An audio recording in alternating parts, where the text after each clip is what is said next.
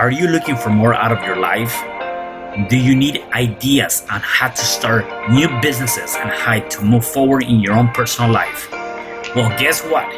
You have come to the right radio show.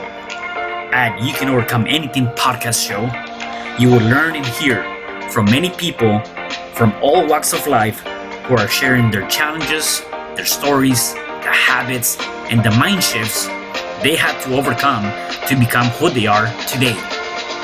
On top, you will get a chance to connect and see how you can overcome anything by networking and learning about your next move through this radio show. I present to you our great speakers at You Can Overcome Anything podcast show with your host, Cesar Espino.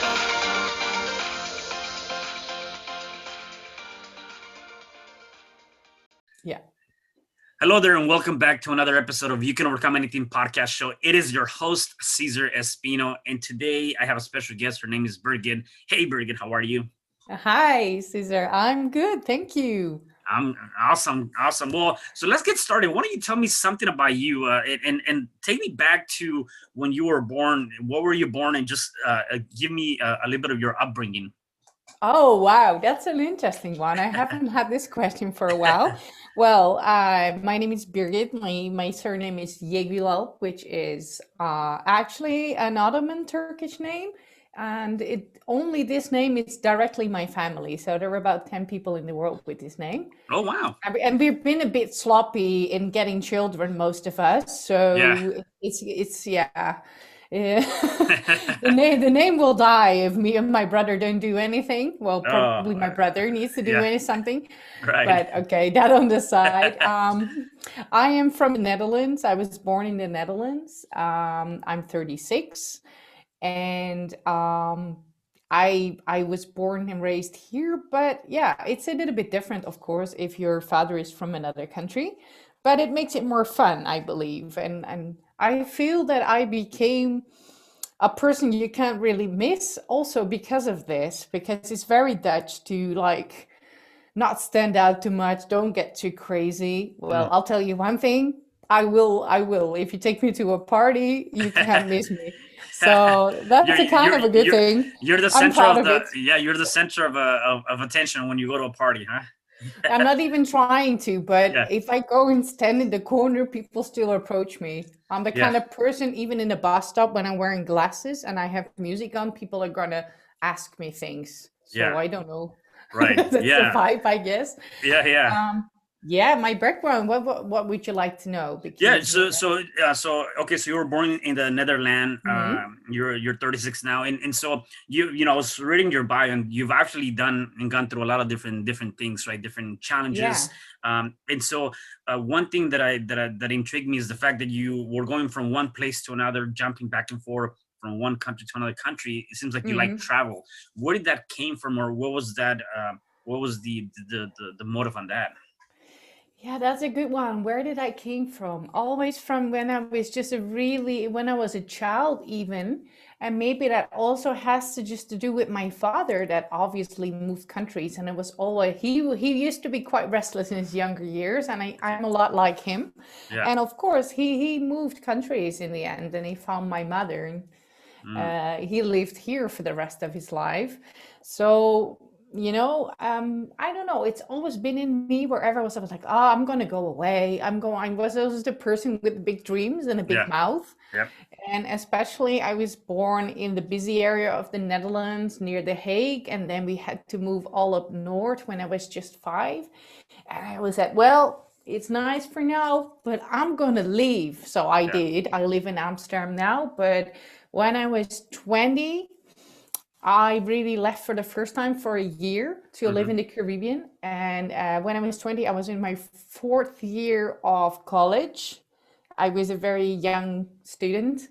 So I started college when I was just 17. So because I'm born in August. So that was the if you can keep up, you can keep going, and otherwise you have to do the first year in school one more time. But that was never the case. I was always quite relaxed in school, but I did good anyway. Right. Yeah, I went to Aruba for a year in the Dutch Caribbean. Do you know Aruba? I know of it, never been there. No, it's nice. It's quite small, but it's interesting. For me, it was very interesting of the history, of course, because of the colonial times of the Netherlands. So people actually do speak Dutch there, but it's Hmm, Caribbean. It's right. completely different. Yeah, so the official language is Papiamento, and Okay. they speak Spanish very well as well because it's so close to Venezuela. Mm, But it's beautiful. It has the bounty beaches and everything. But I was already struggling with a lot of things then. Like I was getting more and more overweight, and I had a food addiction, and I was far away from my friends and family, and I was living in a situation where I wasn't feeling completely happy, and it just didn't understand myself basically. So that made it worse. So yeah, you can overcome anything. I think I was already overweight. I didn't look anything like I look right right. now. I think I Yeah. looked even older than I look now. Wow. Yeah. And yeah, because if you are getting more fat and you're obese, you look very old, you know. Yeah. And I was actually quite unhappy when I lived there, but it was a breaking point for me to really change. You really have to, you know, if you come back and you arrive on the airport in Hmm. Amsterdam and your family and your best friends that are waiting for you don't see you while you're already seeing them, you know, like that surprise in the airport, they didn't recognize me. I knew something must have been wrong. And I Yeah. was wondering in the airplane why the lady next to me was sitting so close to me because in the last 6 months I just gained like 15 kilos, about Wow. 30 30 pounds. pounds. Yeah. And I already had about 15 too much. So let's say it was 60 pounds more than I am right now. Yeah. So that was very bad when you're 21. But Yeah. yeah, it opened my eyes to really do something about it because it was keeping me hostage to really Right. bloom, let's say. Yeah. Yeah, and so and then if I was to take a little bit back, while you were growing up, were there any Mm. challenges that you faced, either through with your family or friends, or feeling out of place? And the only reason why I asked that is because one of the Yeah. biggest things that you had to overcome was the fear of society, or what society might think, or Mm. family, friends, and what they expected of you, what society, family, and friends Yeah. expected of you. So a lot of times that comes from uh, your upbringing. So I was wondering if there's Mm. any challenges, being a kid and growing up. Definitely. I always felt that I was way more sensitive than other people. If people I have two sides. I'm super brave, and people think they can't hurt me. And if people really try to do something to me, I have a funny story about this in my own podcast. Hmm. That I would definitely, I would hit them. You know, I hit the boys in the street if they try and do something, and I would win. Yeah. But on the other side, I was this, I still am, this really soft, loving, kind person, like really highly sensitive. But because I'm so outgoing, and then it wasn't very well known, you have this researcher, Elaine Aron. I found out that I'm actually a highly sensitive person just 4 years ago Oh wow. when my parents didn't believe me about something and my friends would lie and I would come home late. So that started about when I was 12, 13. And, my parents, they were just really good parents.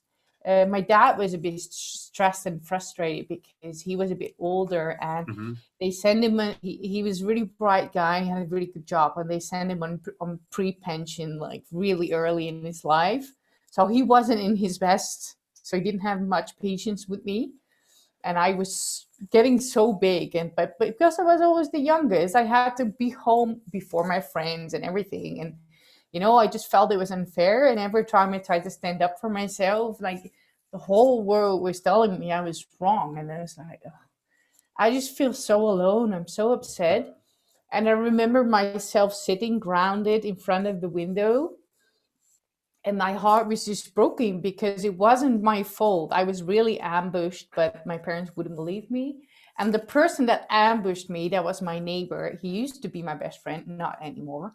Yeah. You can see why. Yeah. But I was such a good person that I couldn't see that by then. And he saw me sitting in front of the window. Instead of waving at me and telling me he was sorry, he was actually calling me names. Mm, And it just broke my heart. And then I just said to myself, Birgit, you just cannot feel anymore.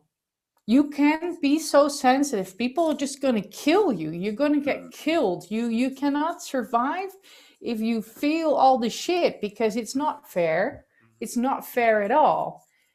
But apparently I was suffering so much and nobody seemed to care, not even my parents. And they really didn't mean mm-hmm, to. I'm still talking about this with my mom. I said, was the honest story. I was mm-hmm. honest, and it wasn't my fault. And I get punished and the other person not, and this is what happens. Is still, when I tell my mom, it just breaks her heart, because after that, Yeah. if you stop feeling, and already when you are a young teenager, as a girl, you get really insecure, you get curves, you get everything. But I was such a beautiful girl. I Mm-hmm. was just beautiful, but I thought I was fat. I was not fat, but I just started eating because It was that you have to do self-conscious, something. right?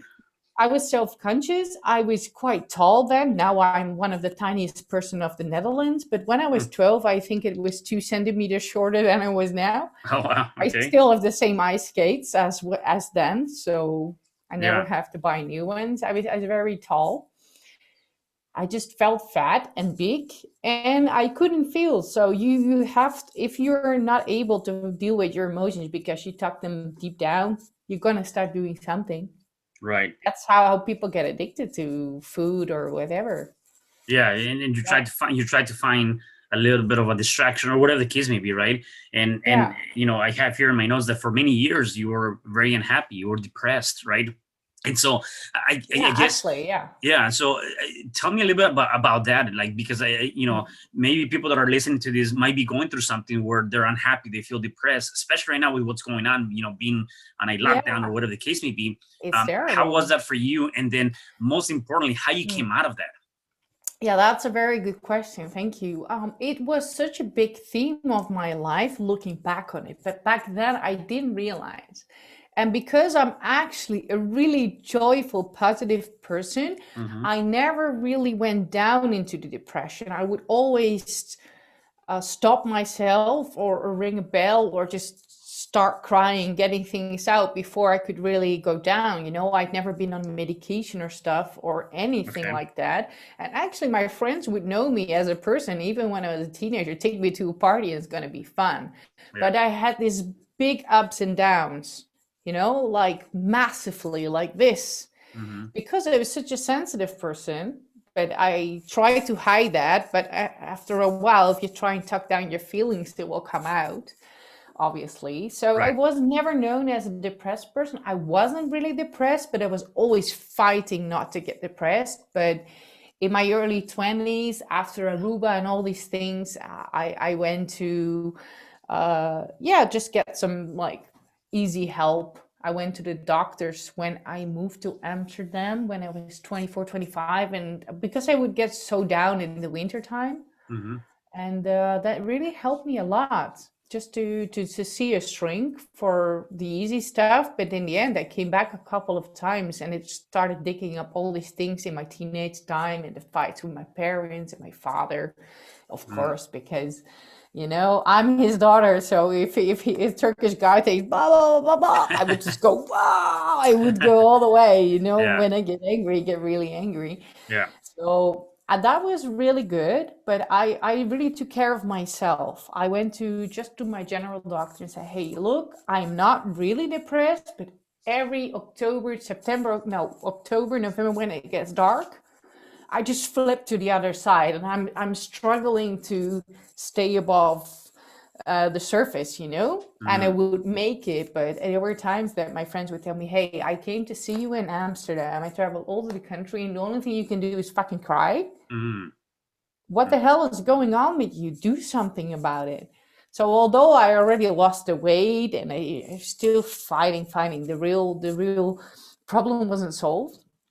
And then, yeah, I went to shrink, I changed jobs, I tried to get myself together, but it was still, I lost so much self-esteem in that time, and I lost so much that bright confidence, that positive feeling. Although I was known as a go-getter, I was doing well at my job. I had apparently everything looked okay, I wasn't feeling really great. So I was kind of very restless, Yeah, right. let's And say. sometimes that's the thing, right? You might see, and sometimes I Yeah. always tell people, like, even if you're walking or you're out and about, right? And sometimes you just never know what that person's going through, and or the other No. person's, they might seem okay on the outside, or you see this a lot. Actually, you see this a lot on social media, where you have people, like, with nice pictures and things like that, but Yeah. once you know that person deep down, there's something happening behind the scenes that you don't see. So I Yeah. always tell people, have that Definitely. that act of kindness, right? Because you just never know. um Exactly. That's how yeah, that's how I always feel. If people act out or do weird, some people they are in so much pain they don't even know it themselves. right, yeah, exactly. That's why they react that way. Yeah, They, yeah, yeah. yeah. And the biggest thing is, like, as you mentioned, is like you're not necessarily diagnosed with depression, or you're not taking Never medication for really. that, right? No. Right. So the challenge with that, though, is that sometimes that people that might be going through something similar, that if they don't work on that, or they don't get something that is going to either distract them, or kind of get Mhm. out of their head and into the reality of what's going on, you Yeah. could fall into that, right? And so those are the Yeah. habits and things that helped. And so for you, was just kind of getting yourself together, huh? Yeah, I did it all. I did it all myself. My parents didn't know what to do. Me, nobody knew. But I was like, I am not gonna live like this. I remember when I was a child, I was happy every day. It was full of joy, and even although I would go up and down, I knew I was that person. I'm the person now, Yeah. But because I closed myself up when I was 12 years old, and I opened myself up when I started opening myself up 13 years after, slowly, slowly, Hmm. you're just looking in a big black hole. It's a well, and you're trying not to fall in. And you Hmm. won't fall in if you don't Right. go like this, but you're looking at it. But the only thing you can do is really look at the black hole and say, hey, you can be there. You can stare at me. I'm staring right back at you. You're not going to get me. And most people don't do that. They run. I used to run. I was obese when I was 21. I ran from everything, but Yeah. I figured it has to be another way. It's just inside me. Right. So and, Yeah. and that's that point is, like, you gotta face it head on, like, just really face it. Mm. So what was it for you that you said, what, I cannot live with this? Like, what was that turning point? What was that decision, or what was the reason Mm. that you say, what, I cannot do this anymore? Like, what did it for you? Um, yeah, these breakdowns that I had, that I would cry so much and call my parents. Mm. And one of my oldest best friends, Petra is, Hmm. is still my friend, and I Hmm. know her since I was 12. And she would Oh. give me the feedback, hey, I come all the way to Amsterdam. You're in Uh. this great city. You hear everything going on. And the only thing you can do is cry and complain. What the hell? Yeah. Get some help. And always when I was down, also when I gained a lot of weight, and she's from the town where I Hmm. lived when I was a teenager, so I know her from high school. And you said, you're really grumpy. And he said, yeah, I feel really depressed before I start losing the weight. Hmm. And she's always been so candid. I love her for it. I given her a lot of things. Like, she used to be a very quiet person, never speak her mind. I Hmm. would do that, and she really knew me, so I would open up to her. So we helped each other a lot through life. She's still my friend, so I Hmm. think I have to thank her for that. I should tell her more. I Yeah. think I Yeah. believe, Petra, if but you're listening to this, there you go. There's I will send her. I will tell her to yeah. listen. She Yeah. will. And yeah, after that, the big breaking point was doing a meditation course in 2012, a Vipassana meditation course. Have you ever heard of that? No, that's the one you say you did. It was a silence meditation for like 10, 12 days, right? Is that the one you're Yeah, talking about? Yeah. Okay. this is it's Vipassana is a certain technique. It's Hmm. done by the monks. Okay. You can do it wherever in the world for free. You can take a 10-day course.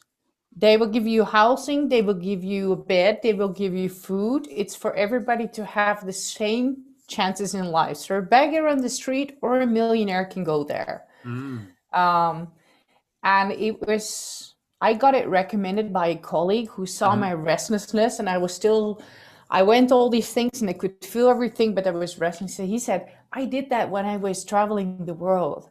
Mm. And it really did something to me. Tim was his name. Still, Mm. every year on his birthday, I text Yeah. him, and I'm really happy that he helped Yeah. me. Yeah. And then I was like, okay, I don't know what to do with myself. I was always getting in trouble, wrong guys approaching me, things, career as well. Everything looked okay. I looked Mm. really okay and successful. That was always the thing. I Mm. wasn't even trying to, but I just looked that way because I have this certain drive. And he said, you should do that. And I was like, okay, what the heck? Yeah. 6 weeks in advance. Most people, even Thai people, I did it in Thailand because I wanted to be in a more spiritual But you know, environment. you're convincing me. So I think I'm gonna have to take a trip to Thailand and do that over there. So. Yeah, it's great. Yeah, you can look at dhamma.org, Dhamma, DHAMMA.org. That's the international website of this Mhm. organization. It's for free wherever in the world, but I wanted to do it in Thailand. I was never been so far away on my own. I didn't really have money to go on holiday, but hey, the Vipassana is free. In a couple of days of Bangkok, I can pay, Yeah. you know? Yeah. So I went there and I didn't really know what I got myself into, but when I was telling even Thai people, oh, I'm going to go to more up to the north, Vitanulok, there are certain centers, and I'm going to do Vipassana. And I'm like, whoa, you're going to do Vipassana.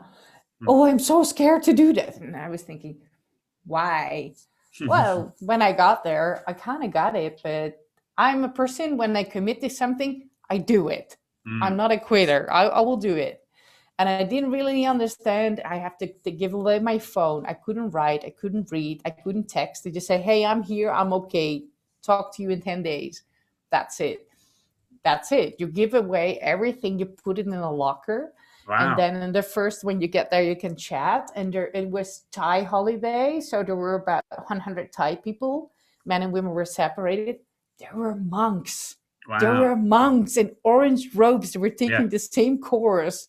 Wow.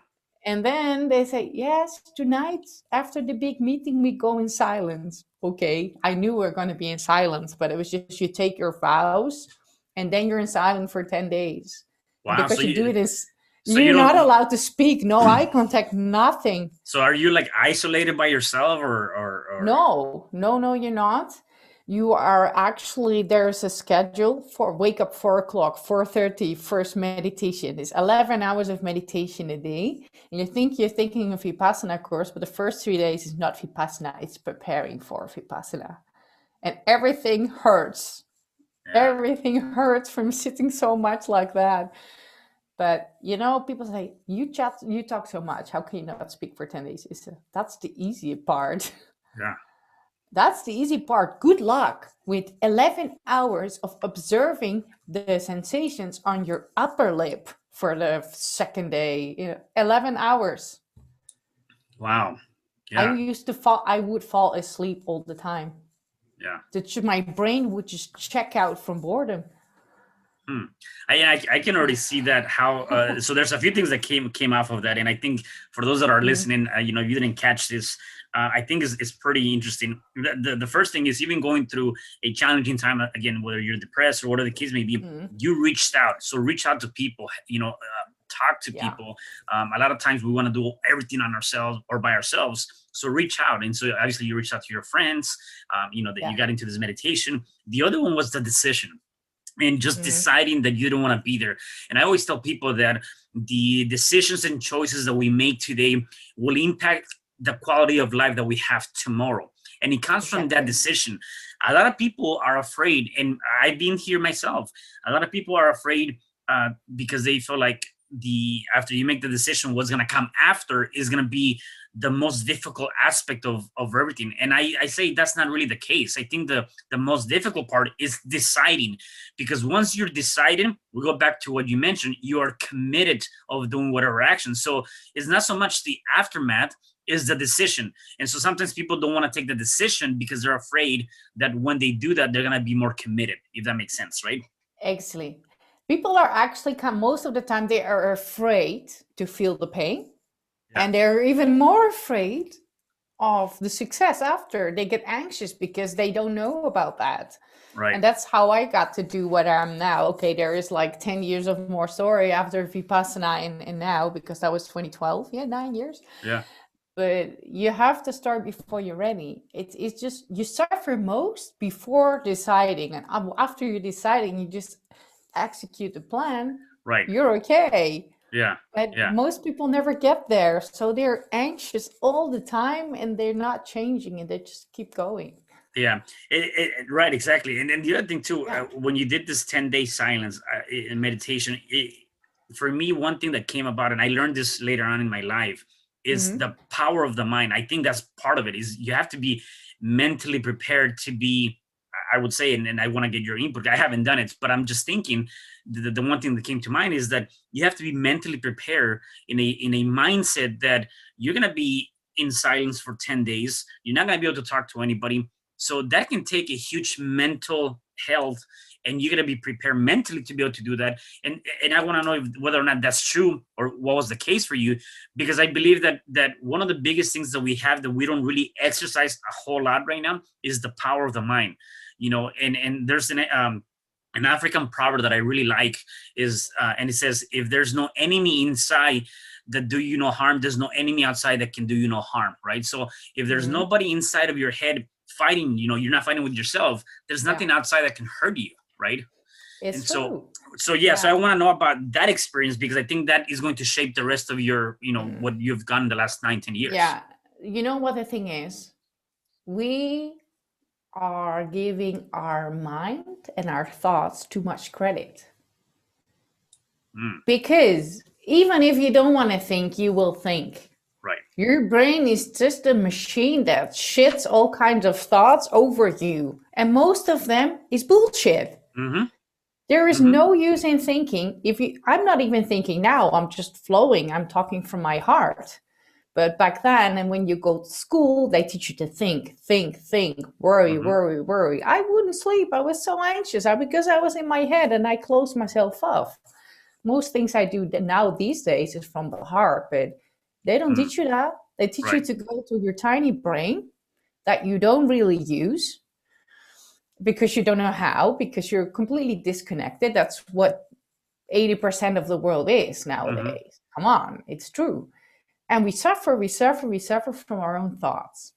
Well, because of that, most people take about 5 years or their whole life to take a Vipassana course. The one good thing about me is, although I'm a lady, I have balls. So when people tell me you should do that and you're really in shit, and I'm like, yeah, that's true. I stop thinking, I trap myself. Start before you are ready. That's also the name of the training I've given last year, and I'm recording it now on a video. You have to start before you're ready. What you do, at a second when you feel a little bit courageous and brave, you go to the website, you register, and then you decide to not cancel. You just have to go through. Once you've done it, you stick with it. And then whatever thought comes, you're like, nah, I already booked it. I booked my flight. I paid everything. I'm going. And you're like, every time your brain starts messing with you, you're like, no, I paid. I'm going to do it. It's the plan. It's like going on holiday. You just see it as a holiday. I decided where I wanted to go. I booked the flight. I took a holiday. I'm going. I'm packing my suitcase and I'm just doing all these tasks like A to B to C to D. And I'm not thinking about the end. I'm just thinking just from getting from this step to the next, this step to the next. And I always make a joke. When once you get to a really nice party and maybe you drank too much alcohol, I speak from experience. I studied hotel management, so it was a very bad time for my health on top of eating. When you wake up and you're just feeling really shit, or when you're really ill, you feel the same. are you going to think about everything you have to do the next day, or are you just thinking about getting out of bed because you're really thirsty and you want to grab a glass of water? Because you're not Getting up. able to think and you're completely paralyzed. You just do one thing and then you're like, how do I feel? What's next? I think I can make it to the shower. Yeah. And if you're really scared, you kind of have to trick yourself. Don't think so much. There's no point. It's not helping you at all because you just have all these shitty thoughts that are bringing you down. That's the only thing they do. Right. Yeah. So and so you've done. So you were in hotel headhunter or working in hotels. You're scuba First, diving, yeah. right? I did a Yeah. lot. Yeah. Like, And then you like scuba diving, right? That's yeah. pretty awesome.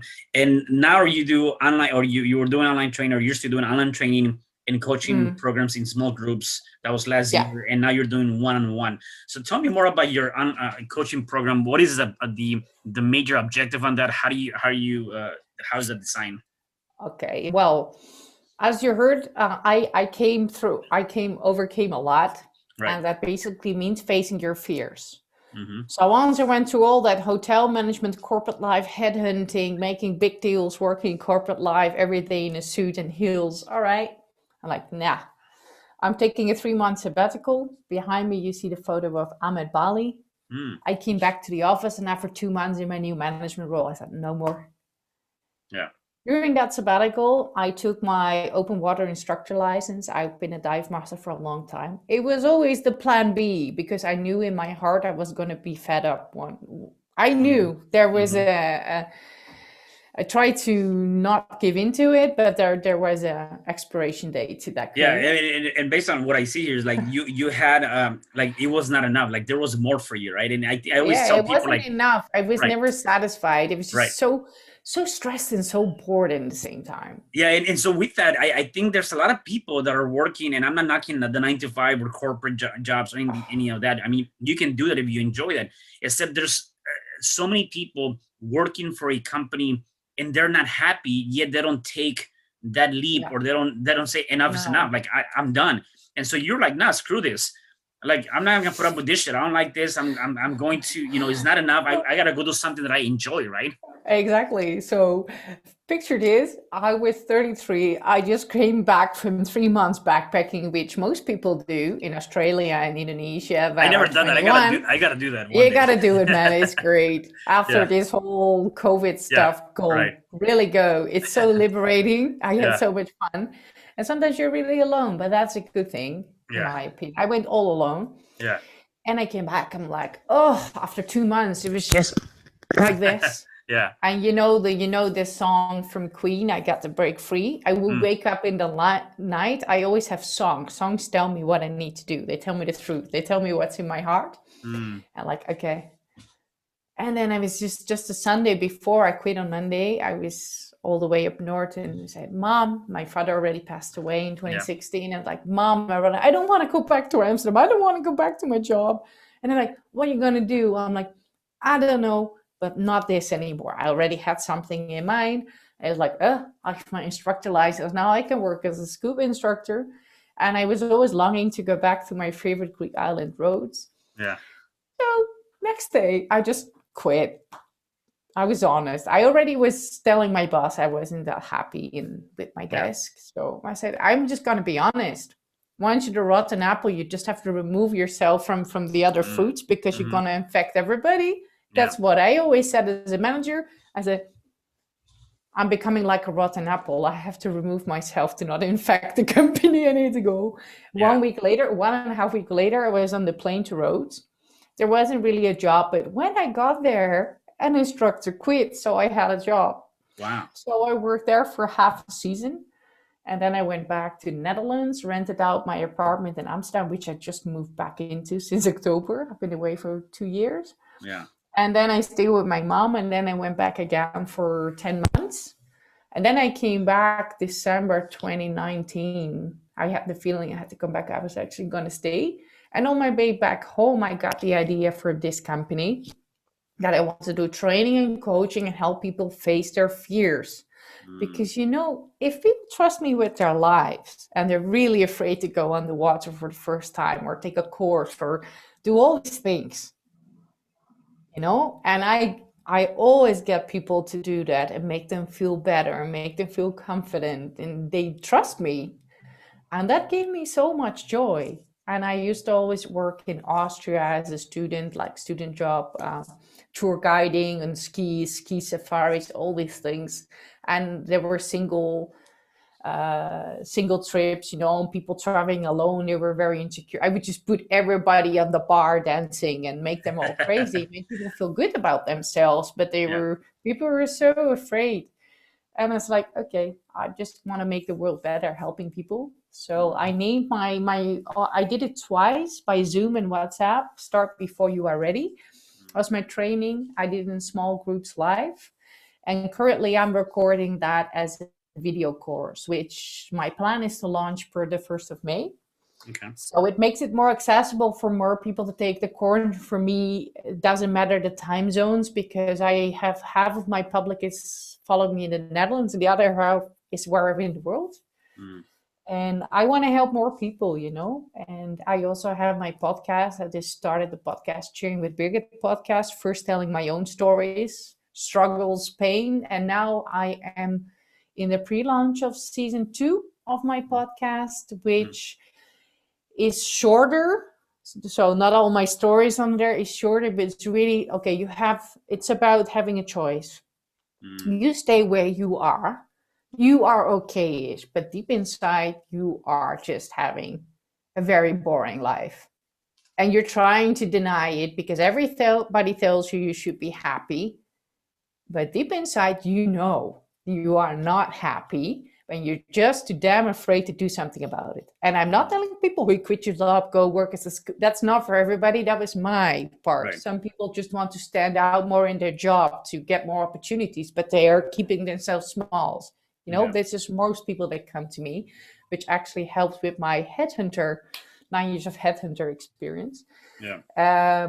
And even with that, I mean, again, that's your story. Obviously, you're not telling people go ahead and quit your job and become an entrepreneur and like that. But it could be you're not happy in that job. So, okay, well, why don't you start looking for another job that is going to be fulfilling? Because at the end of the day, that's the biggest thing, right? That you're unhappy with all of that stuff, right? Yeah. Yeah. And most people, they actually, they're not living their life. They're living the life that they think they are supposed to live. So you are that old, you have to have a partner, then you have to marry, you have to have a kid, you have to have your career. And every night you're in your house, you have to do this and that. You don't have to do that. That's a fucking lie. Sorry for my words. You just see that on the TV and this is just bullshit. Yeah. No, I didn't want that life. Now I'm like, okay, I have a boyfriend now. Maybe I will have a kid. If not, let's see. I don't know. But I can look back when I'm old and gray, before I die, I can say, I wanted to be a scuba instructor. I wanted to live in those countries. I wanted to do, I'm also telling the stories about my grandparents that didn't have that opportunity and didn't take it because my grandmother was afraid. A lot of people regret things before they die. And that sounds harsh, but we're all going to die. And nobody wants to think about that. Yeah. It's funny. There's two things that come to mind with that. Number one is there was, I think it was Les Brown. I don't know if you know who's Les Brown, but Les Brown said, imagine sitting in your deathbed, ready to cross over. And while you're sitting on your deathbed, around you are the ghosts of all the ideas and thoughts and business and things that could have come to life, yet now they're gonna die with you because you were not courageous enough to bring them out to life. And that's true. The second thing that comes to mind with what you're saying is that there's this one saying, or I don't know if it's a saying anyways, but there's a lot of people that will die with dreams, not with memories. And what I mean by that, it goes back with that. It's like a lot of people have the dream of going to Europe or traveling, yet they never do it. And so instead of having those dreams, what about if you just find a way to take that one trip, find a way to write that one book, find a way to open up a company. Even if you fail, even if you go and you got to close it down, you still took the action. That is a memory that you're going to take with you, or when you die, or if you're old, you're going to look back and say, you know what, yep, I travel, I did scuba diving, I did this, I did that, blah, blah, blah, whatever the case may be. But it's a memory, not a dream, because it might be too late for you to be dreaming, right?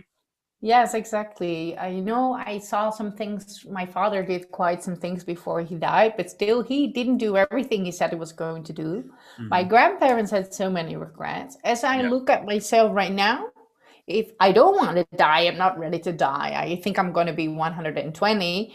Good. That's my goal. I'm just going to go for it, like break everything. Hey, if not, then not. But if something would happen to me today, I did everything I wanted to do.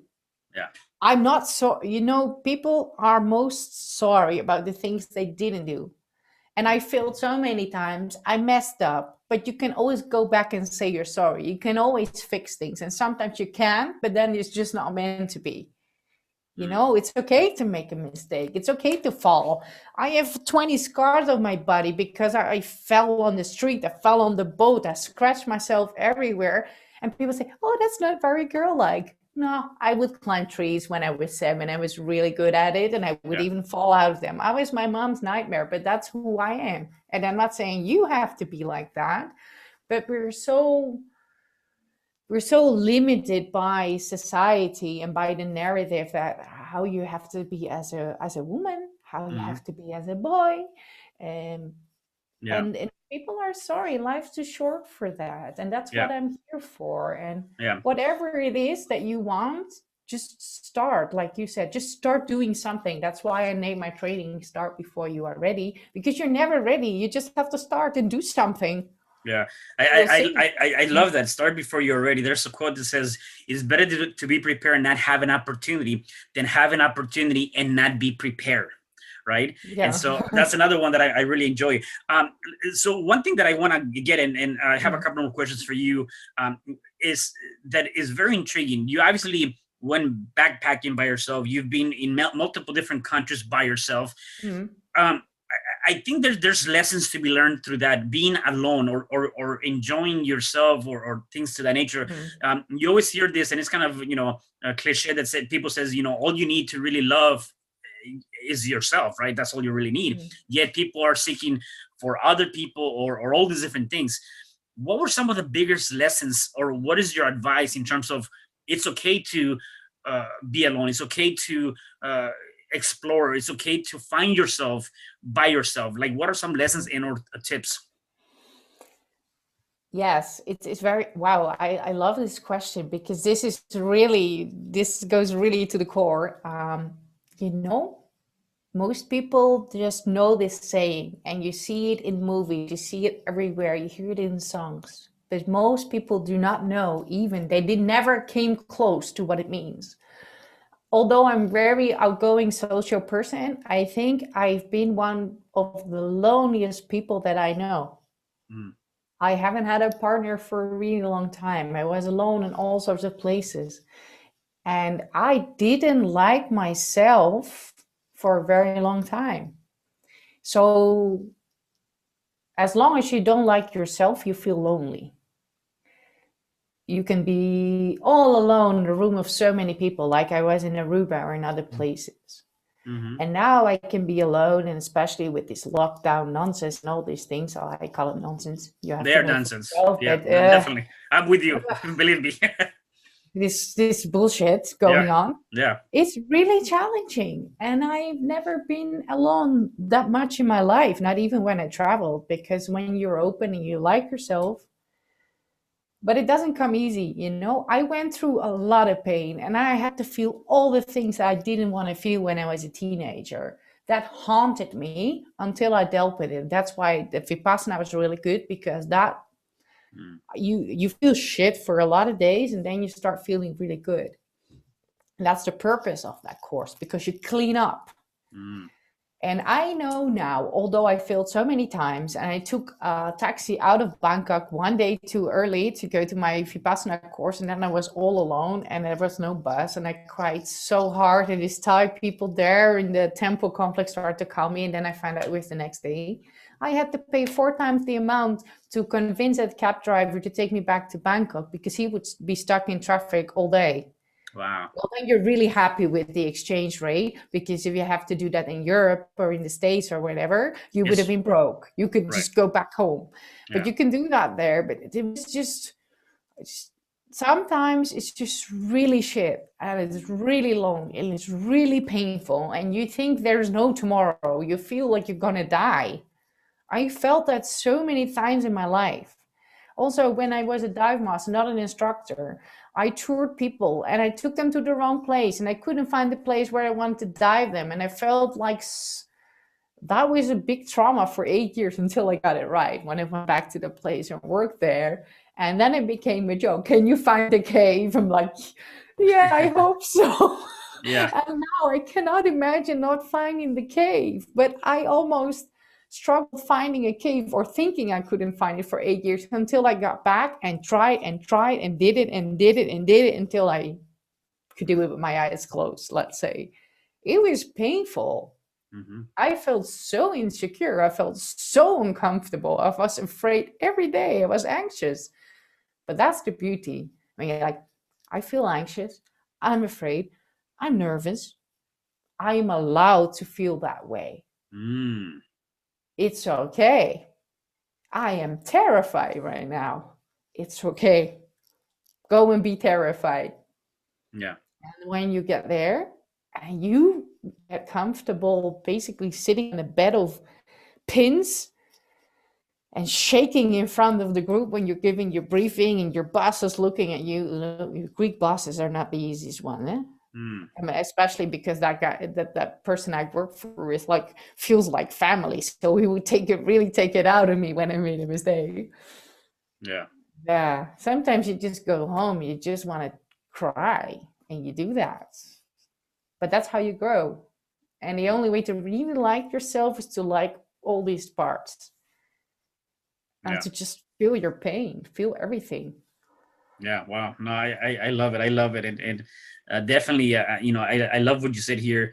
If you don't work on your fears and follow your heart, that will be the thing you regret most when you're great and old, and then it'll be too late, which is very, very true. So um, Yeah.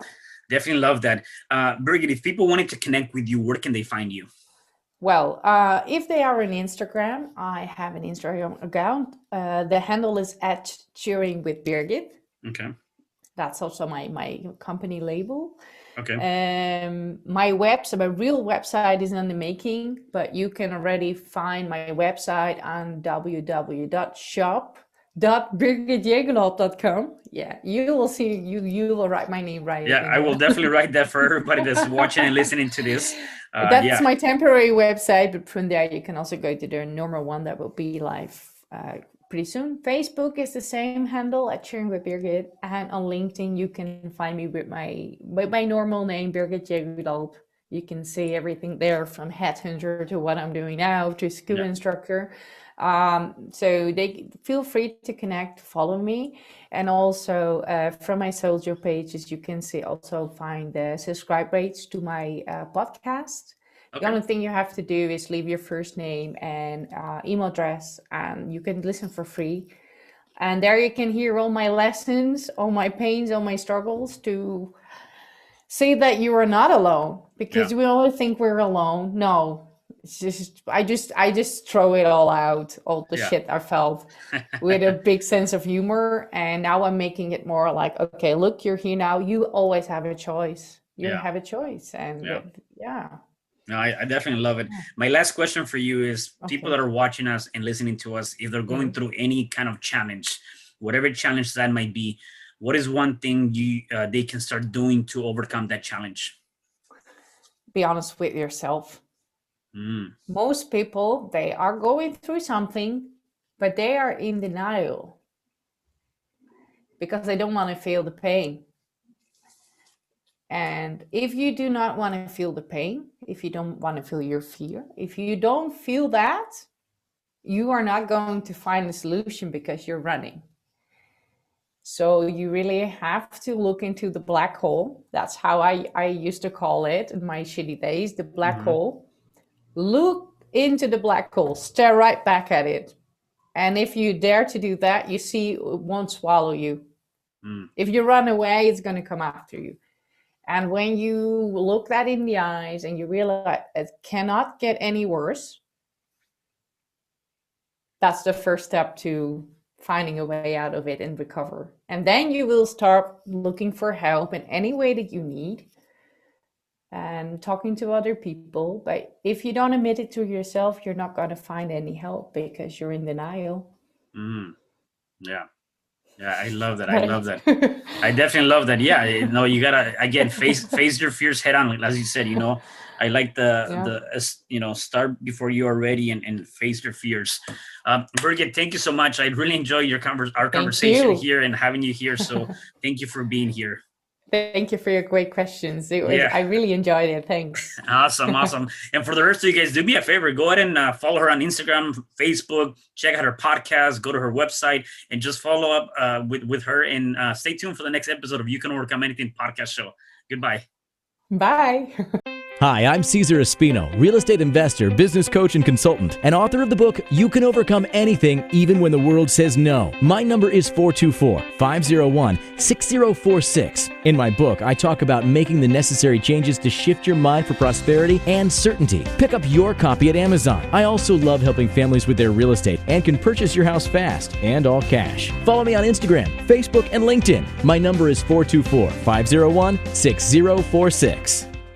Thank you for having me today. I am so glad you've tuned into this podcast. You can find me at your favorite podcast platform where you can like, subscribe, comment, and share.